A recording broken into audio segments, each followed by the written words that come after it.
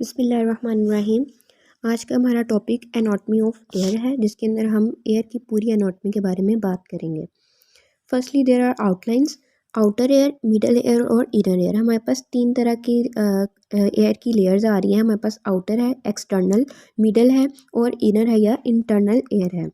जो इस डायग्राम के अंदर आप देखेंगे तीनों को विजिबल किया हुआ है, पार्ट को separate with different colours, external air, middle ear और इंटरनल एयर को। देन हमारे पास बात हम पहले करते हैं कि हमारे पास एयर है क्या। एयर एक हमारे पास ऑर्गन है हेयरिंग का, जिससे हम सुनते हैं और ये हमारे पास इन्वॉल्व है बैलेंस के अंदर। ये सप्लाई पूरे एयर को जो है हमारे पास 8 क्रेनियल नर्व जिसको सप्लाई करती है। इस नर्व्स का क्या काम होता है, इसने जो है हमारे कान के अंदर साउंड वेव्स आई जनरेट, साउंड वेव्स की वजह से वहाँ पे क्या होगा, वाइब्रेशन प्रोड्यूस होगी। वाइब्रेशन की वजह से इस क्रेनियल नर्व जो है वेस्टिब्यूकोक्युलर नर्व, इसने सारी जो वाइब्रेशंस हैं, साउंड वेव्स जो हैं, इसको सारा ट्रांसमिट करना है ब्रेन के स्पेसिफिक हेयरिंग पार्ट के अंदर। इसकी एक एक्सेप्शन है कि हमारे पास जो एयर का ऑरिकल पार्ट है वो हमारे पास petrous portion of the temporal lobe के अंदर लाई करता है। अब हमारे पास पिट्रियस पोर्शन क्या है? पिट्रियस पोर्शन ये हमारे पास स्कल के बेस के ऊपर होता है, जो कि ओसिपिटल बोन और सेफनॉइड बोन के बिटवीन प्रेजेंट होता है। Then there is a structure of ear, outer ear. Outer ear का क्या काम है? इससे जितनी भी साउंड वेव्स है उसको कलेक्ट करना है। मिडल एयर्स को देन मिडल एयर आ जाएगा। मिडल एयर का क्या काम है? साउंड वेव्स जितनी भी आउटर एयर से आ रही हैं वो सारी साउंड वेव्स डायरेक्ट किसके अंदर होंगी? मिडल एयर के अंदर। Then there is inner ear. Inner ear ने क्या करना है? जितनी भी साउंड वेव्स हैं मिडल एयर से आगे इनर एयर में आ रही हैं, उसने सारी साउंड वेव्स को नर्व इम्पल्स के अंदर कन्वर्ट करके हमारे पास ब्रेन के जो स्पेसिफिक हेयरिंग एरिया है, जिसको हम ऑडिटरी कॉर्टेक्स कहते हैं, वहाँ पे ट्रांसमिट कर देना। देन हमारे पास सबसे पहले हम बात करते हैं आउटर एयर की। आउटर एयर के हमारे पास दो मेन पार्ट हैं, ऑरिकल जिसको हम पिना भी कहते हैं and external acoustic meatus, auditory canal. First diagram के अंदर हमने ये दोनों पार्ट विजिबल हैं। This is the green part. जो आउटसाइड द पार्ट है दिस इज़ ऑरिकल और पिना, और जो अंदर एक ट्यूब आ रही है ग्रीन कलर की, ये हमारे पास ऑडिटरी कैनाल या अकोस्टिक मीटर्स है। फर्स्टली हम बात करते हैं ऑरिकल की और पिना की। ये हमारे पास विजिबल पार्ट है एयर का। ये सारा जो है फिब्रो इलास्टिक कार्टिलेज से मिलकर बना हुआ है। इसका सबसे जो प्रोमिनेंट पार्ट है वो हेलिक्स है। हेलिक्स जो हमारे पास एक कर्व हुआ पार्ट है, हम आगे डायग्राम में भी देखते हैं। उसके अलावा लोब्यूल्स हैं और एयर लोब्स हैं, जो कि एक सॉफ्ट और पैलिएबल पार्ट है।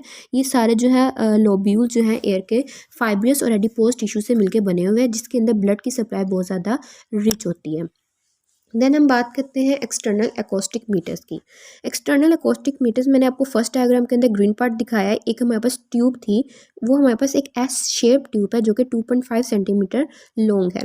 हमारे पास ऑरिकल यानी कि बाहर वाला जो पार्ट है हमारे पास पिना, उससे एक्सटेंड होकर आगे टेम्पैनिक मेम्ब्रेन तक एक्सटेंड करती है। ये इसका जो लैटरल थर्ड एम्बेडेड है वो कार्टिलेज के अंदर है। रिमाइंडिंग जो सारा एरिया है वो टेम्पोरल बोन के अंदर लाई करता है। इसके अंदर क्रिमिनेशियस ग्लैंड्स पाए जाते हैं और हेयर फॉलिकल्स पाए जाते हैं। हमारे पास ये जो ग्लैंड्स हैं ये हमारे पास सीबेशियस ग्लैंड्स की ही एक मॉडिफाइड फॉर्म है। इनका क्या काम होता है? इन्होंने सीरियमन जो है एयर वैक्स जो है उसको सिक्रीट करना है। एयर वैक्स का काम क्या है? ये हमारे पास स्टिकी मटीरियल होता है, या कह लो प्रोटेक्टिव सब्सटेंसेस। इसके अंदर ये स्टिकी मटीरियल के अंदर सारी जो है हमारे पास प्रोटेक्टिव सब्सटेंसेस होती है। बाहर से कोई भी बैक्टीरिया हमारे कान में जा रहा है तो हमारे पास ये स्टिकी मटीरियल जो है इसके अंदर बैक्टीरियल साइडल एंजाइम्स होते हैं, जिसको हम लाइसोसोम्स वगैरह, फॉर एग्जांपल लाइसोसोम्स और इम्यूनोग्लोबिन हमारे पास सारे इसके अंदर होते हैं, ताकि कान की प्रोटेक्शन हो सके बाहर से बैक्टीरिया या वायरसेस वगैरह की वजह से। उसके बाद है हमारे पास जितनी भी हमारे पास वैक्स जो है हमारे पास एक्सटीरियर साइड पे कब आएगी?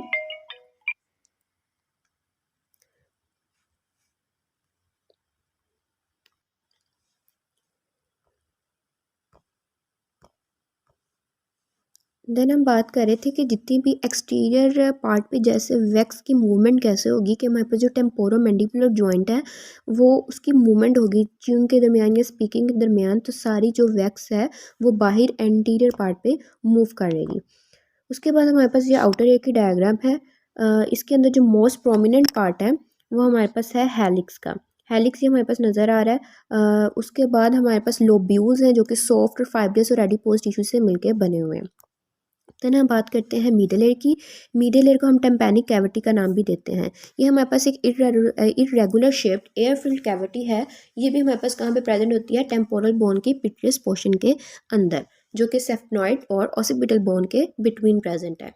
इसका जितना भी कंटेंट है और एयर सैक्स है वो सारा ओपन होता है, ओपन आउट होता है, और ये सारी इसकी जो लाइनिंग है वो सिंपल और क्यूबोइडल एपिथेलियम से मिलके हुई हुई है। इसकी जो लेटरल वॉल है मिडल एयर की वो टेम्पैनिक मेम्ब्रेन से बनी हुई है। फ्लोर और रूफ जो है वो टेम्पोरल बोन से फॉर्म्ड हुआ हुआ है, जबकि मिडल एयर का जो पोस्टीरियर वॉल है वो टेम्पोरल बोन से सारा बना हुआ है, जो कि आगे लीड करता है इनटू मेस्टोइड एंट्रम के अंदर, जो थ्रू विच जहाँ से सारी जो एयर पास होती है टू द एयर सेल्स के जरिए किसके अंदर, मेस्टोइड प्रोसेसेस के अंदर। जब हम बात करते हैं कि टेम्पैनिक मेम्ब्रेन क्या है, टेम्पैनिक मेम्ब्रेन जिसको हम एयर ड्रम भी कहते हैं, ये कम्प्लीटली जो है सेपरेट करती है हमारे पास एक्सटर्नल एकॉस्टिक मीटर्स और मिडल एयर को, आपस में दोनों टोटली सेपरेट हैं। ये हमारे पास एक ओवल शेप की है। उसके अलावा इसके अंदर 3 टाइप के टिश्यूज जो है वो मिलकर टेम्पैनिक मेम्ब्रेन को फॉर्म करते हैं। आउटर कवरिंग जो है वो हमारे पास हेयरलेस स्किन की है। उसके अलावा मिडल लेयर जो है वो फाइब्रस टिश्यू से मिलकर बने हुए, जबकि इनर लेयर जो है उसके अंदर म्यूकस मेम्ब्रेन है सारी, उसकी लाइनिंग हुई हुई है, जो कि मिडल एयर तक आगे कॉन्टीन्यूस रहती है।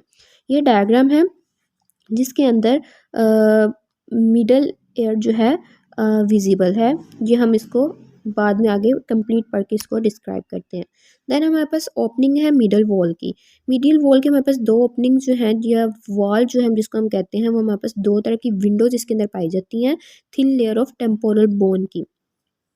एक ओवल विंडो है, दूसरी राउंड विंडो है। जो ओवल विंडो है ये पूरी स्मॉल बोन जो है हमारे पास कान के अंदर, उसको इसने कवर अप किया हुआ था, जिसको हम स्टेपिस का नाम देते हैं। जबकि राउंड विंडो जो है ये एक fine sheet of fibre tissue से मिलके बनी हुई है। इस डायग्राम के अंदर ये हमारे पास डायग्राम के अंदर ये विजिबल है स्टेपिस इन ओवल विंडो। ओवल विंडो के अंदर स्टेपिस को इन्होंने डिस्क्राइब किया हुआ, नीचे जो हमारे पास ये राउंड विंडो नज़र आ रही है। ये हमारे पास दोनों विंडोज़ होगी।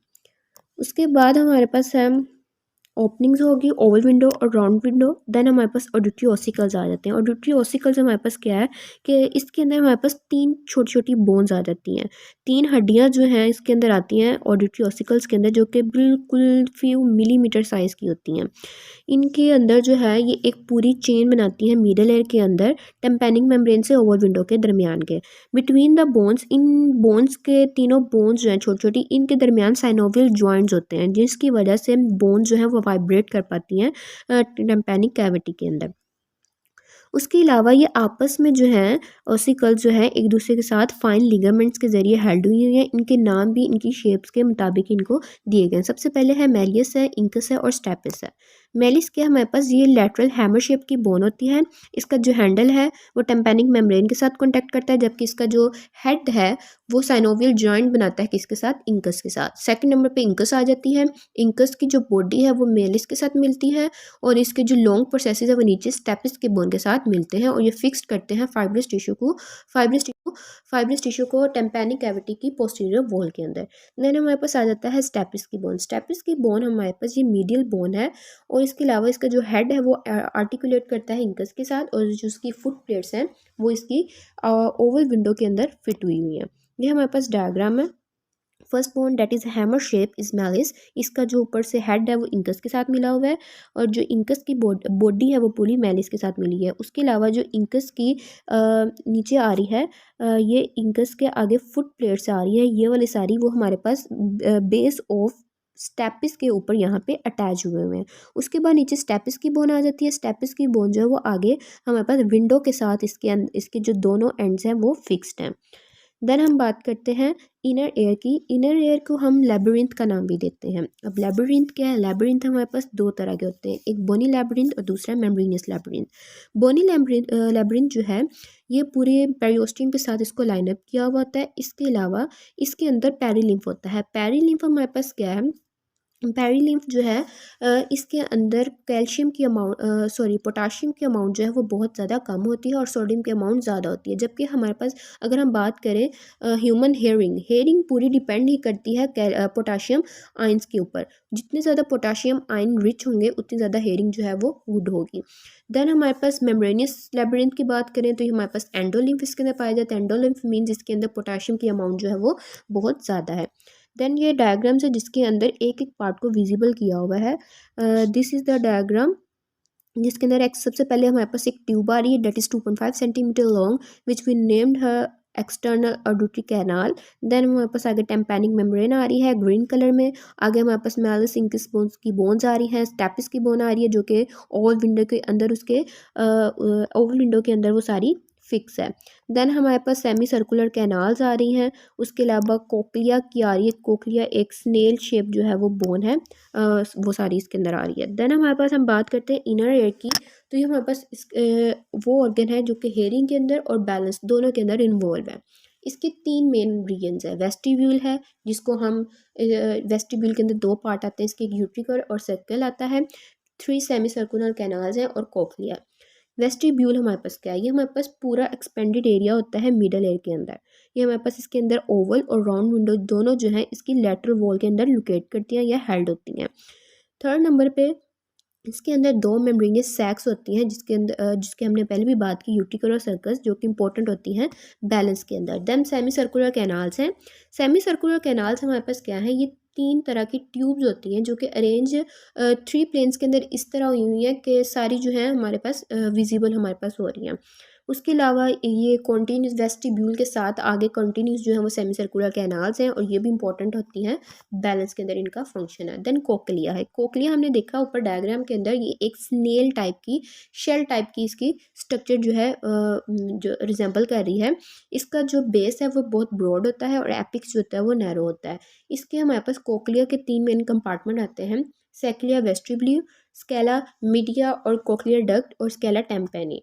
अब इनके हम बात कर लेते हैं। स्केला जो वेस्टिब्यूल है ये आगे हमारे पास ओवल विंडो से ओरिजिनेट होता है और इसके अंदर पेरिलिम्फ होता है। पेरिलिम्फ की अगर हम बात करें तो हमने पहले पढ़ा है कि पेरिलिम्फ के अंदर जो पोटाशियम आइंस है उसकी अमाउंट कम होती है और सोडियम की अमाउंट ज़्यादा होती है। देन स्केला मीडिया है और कोक्लियर डक्ट है। एंडोलिम्फ, इसके अंदर एंडोलिम्फ लाई करता है, यानी कि इसके अंदर पोटाशियम की अमाउंट ज़्यादा है। एक्सटेंशन ऑफ, ये हमारे पास मेम्ब्रेनस लैबिरिंथ की आगे एक्सटेंशन है। ये वेस्टिब्यूल और सेक्युलर टेम्पेनी के बिटवीन प्रेजेंट होता है। इसकी जो शेप है वो ट्रायंगुलर है, क्रॉस सेक्शन में कंटेन्स ऑर्गन्स ऑफ हेयरिंग, इसके अंदर सारे जो ऑर्गन्स है हेयरिंग के वो प्रेजेंट होते हैं। उसके बाद स्केला टेम्पेनी है जो कि एंड होता है एट द राउंड विंडो।